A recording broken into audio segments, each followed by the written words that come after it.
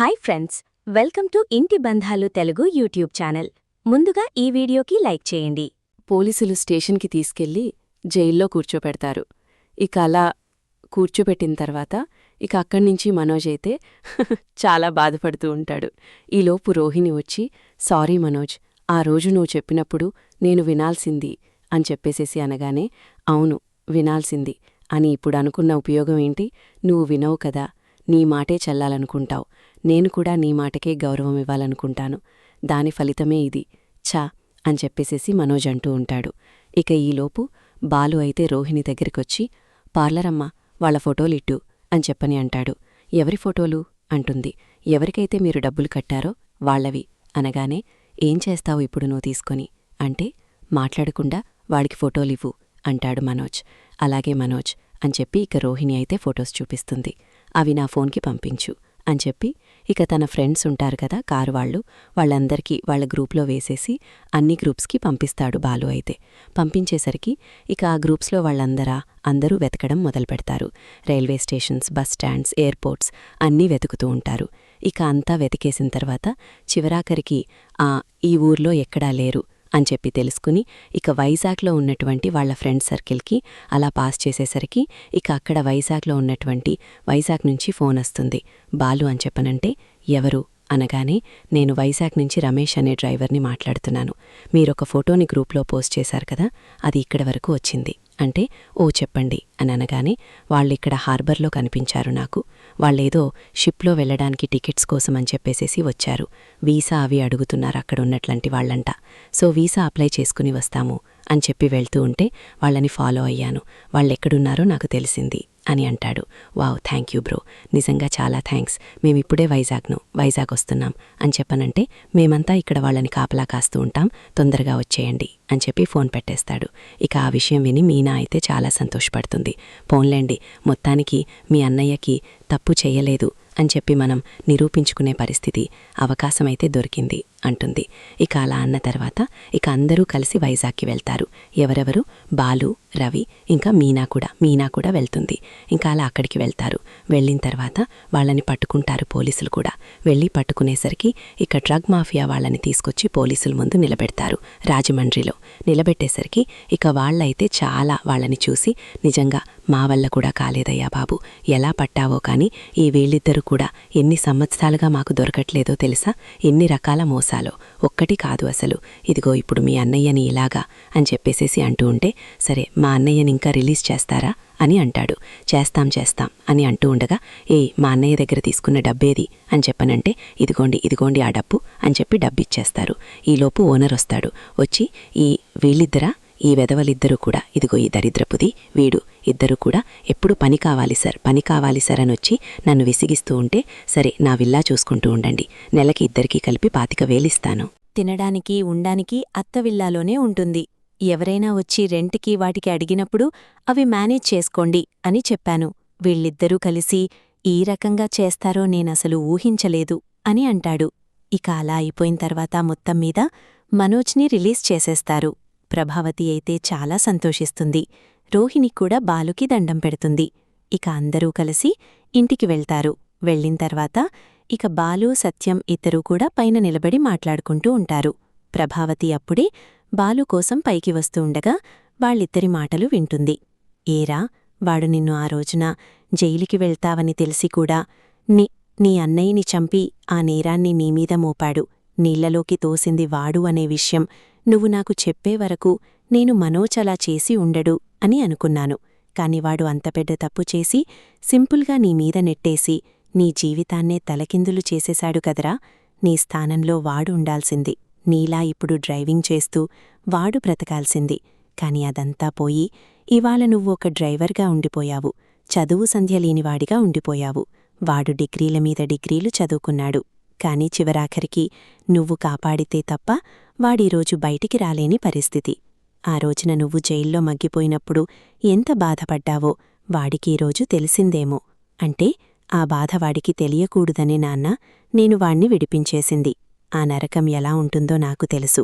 తల్లి అసహించుకుంటూ ఉండగా తండ్రి దగ్గరికి వచ్చినా తండ్రి చేతులు కూడా పట్టుకోలేని పరిస్థితుల్లో జైల్లోపల కూర్చుని మగ్గిపోతున్న ఒక పసి హృదయం పడే బాధ నాకు మాత్రమే తెలుసు. మనోజ్గాడు పసివాడు లాంటివాడు నాన్న.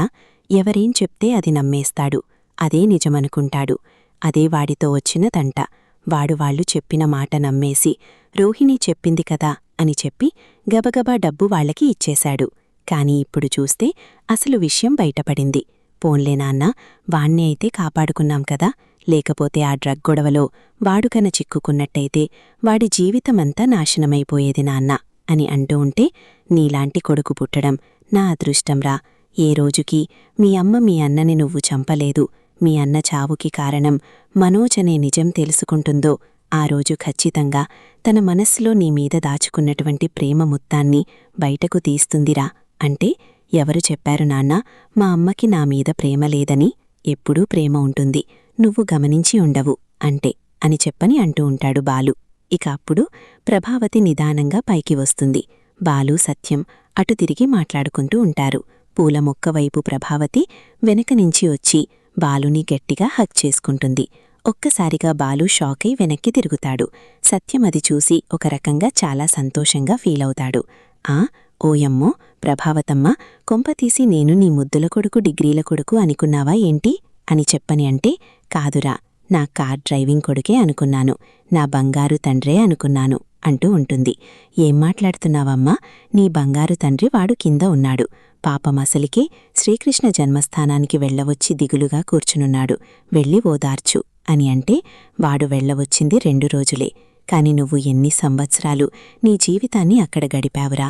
అది కూడా కేవలం నేను అపార్థం చేసుకోవడం వల్లే, కేవలం నేను నిన్ను జైల్లో పెట్టమని అనడం వల్లే నీ జీవితం ఎటూ కాకుండా అయిపోయిందిరా బాలు అనేసి వెక్కి వెక్కి ఏడుస్తూ ఉంటుంది. ప్రభావతి, ఇప్పుడేమైంది? ఎందుకంత ఏడుపు? అయిపోయింది కదా.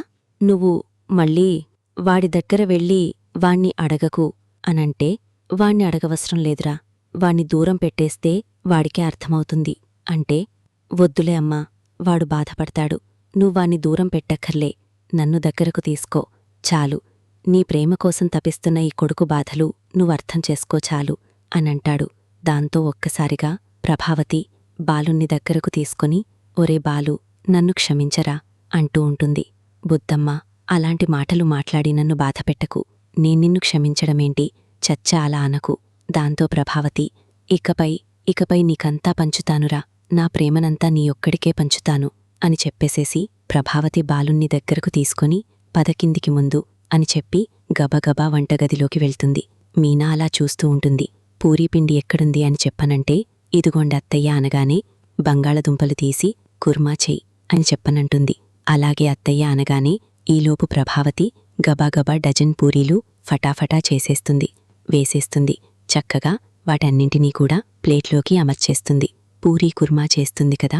మీనా ఆ కుర్మా ప్లేట్లో పెట్టుకొని గబాగబా వెళ్ళి ఇక డైనింగ్ టేబుల్లో పెట్టి, బాలూరా అని చెప్పి కూర్చోబెట్టి, ఇదిగో నీకిష్టమైన పూరీలు నేనే చేశాను, తిను, కుర్మా నీ పెళ్లమే చేసిందిలే, మళ్ళీ ఆవిడగారు చేతగలకపోతే నువ్వు తినవు కదా అని చెప్పనంటుంది.